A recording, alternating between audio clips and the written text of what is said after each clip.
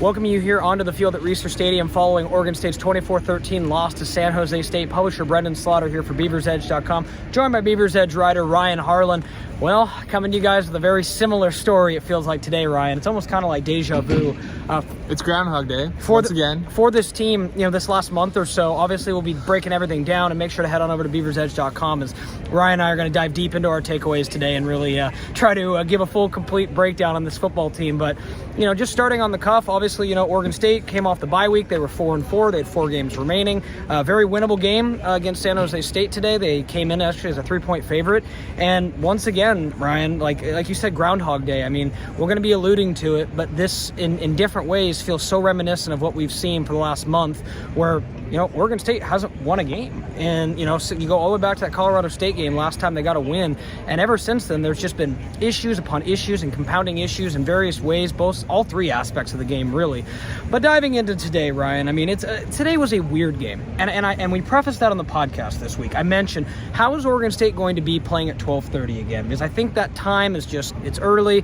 We saw the Beavers kind of look a little sleepy against Oregon when they played in that slot earlier this year. And, before we get into the game, Ryan, you and I did the pregame. This was easily the worst crowd of the season.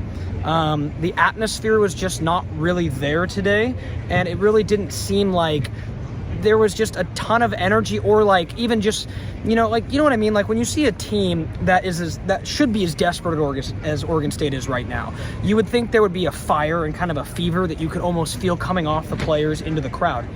It just wasn't there today. And the fact that it didn't come after a bye week, when this game was your season, and we'll be talking about it, writing about it, but this game was literally all you could hang your season on. So just kind of curious, for starters, how you think they could come out just so apathetic after a bye week. I essentially said on the pod this week that is exactly what they were going to have to do in order to win this game and start fast, and they didn't. They didn't.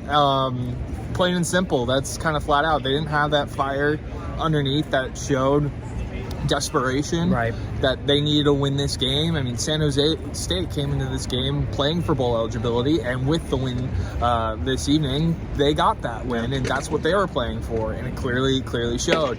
And even too against Cal 2 weeks ago, with the bye week, second bye week in between, Cal was playing to end a losing streak, right, after losing by nearly less than 1 score in every single game that they had played prior up until Oregon State. And that also showed in that game. There's nothing there for this team to really kind of go motivate themselves and go out there to try and win a game and to basically save their season. And with this, to put it bluntly, the next winnable game on the schedule, and I know we've said it before, we've said it before countless times, is Air Force, but that's also not a guarantee either. Right. Next week, and you have a rough 2-game stretch against 2 CFP contenders in Washington State and Boise State, and it's really hard to see another win on this schedule. Yeah.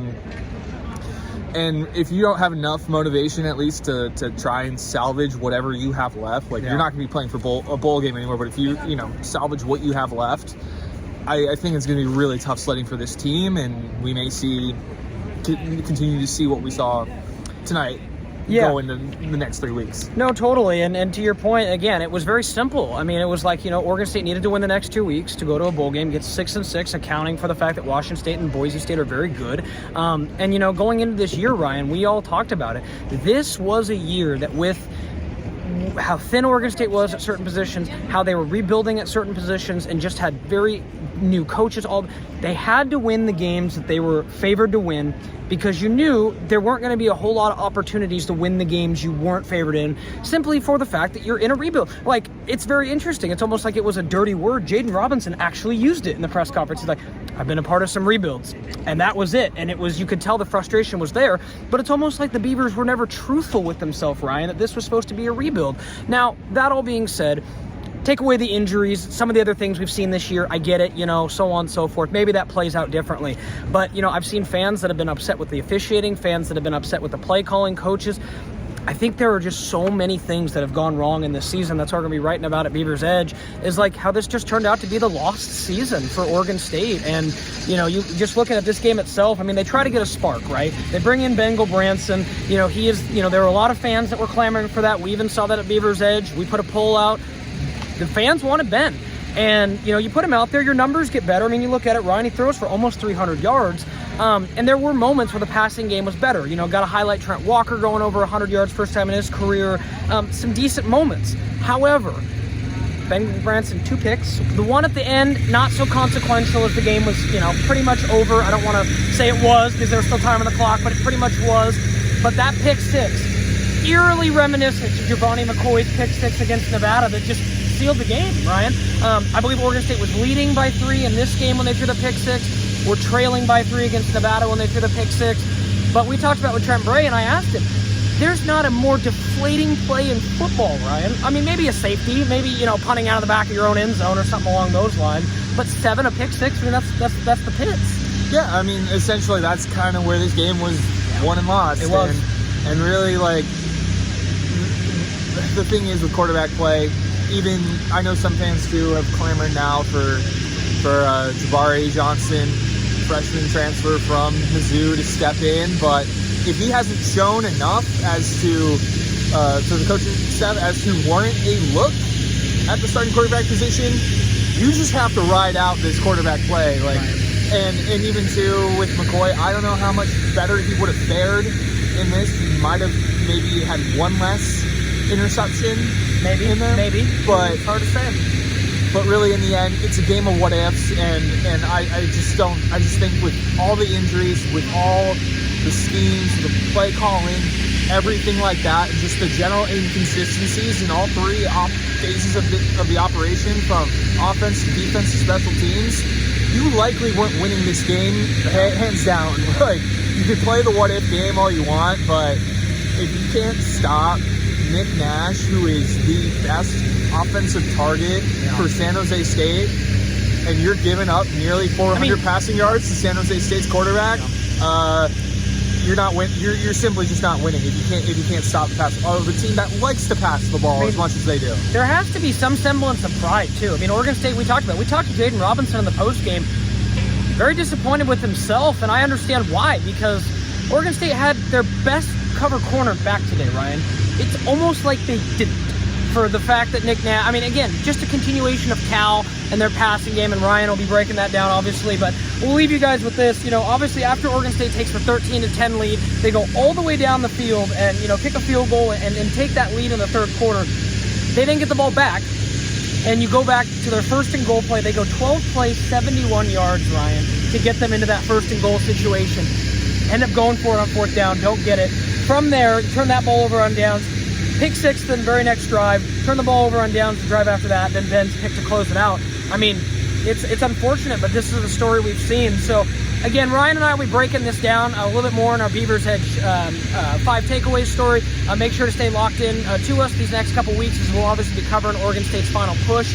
But ultimately now, Ryan, just leave me with this.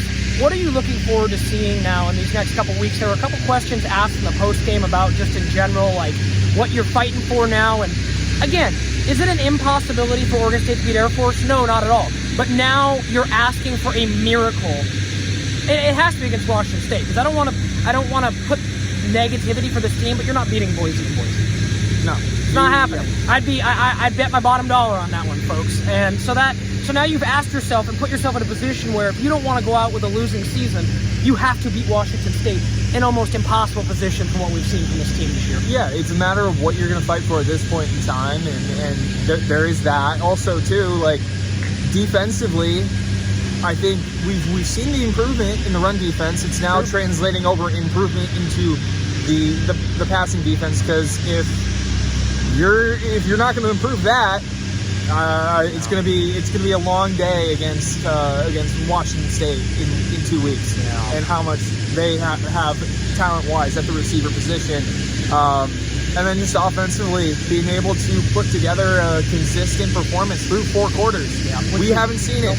We have not seen it this 9 games. this entire season. Yep. And the longest pass that we have seen out of this entire group has been a 55-yard touchdown pass in week 1 against Idaho State. Right. I mean, again, as Ryan mentioned, a lot of soul searching for this Oregon State football team, but nevertheless, no soul searching here at BeaversEdge.com, as we're going to keep bringing you guys great coverage. And again, for positivity's sake, Ryan, Wayne Tinkle's basketball team off to a 2-0 start. Yep. So, hey, you know what? You got to look for the positives where you can get them. But again, big shout out to Ryan Harlan.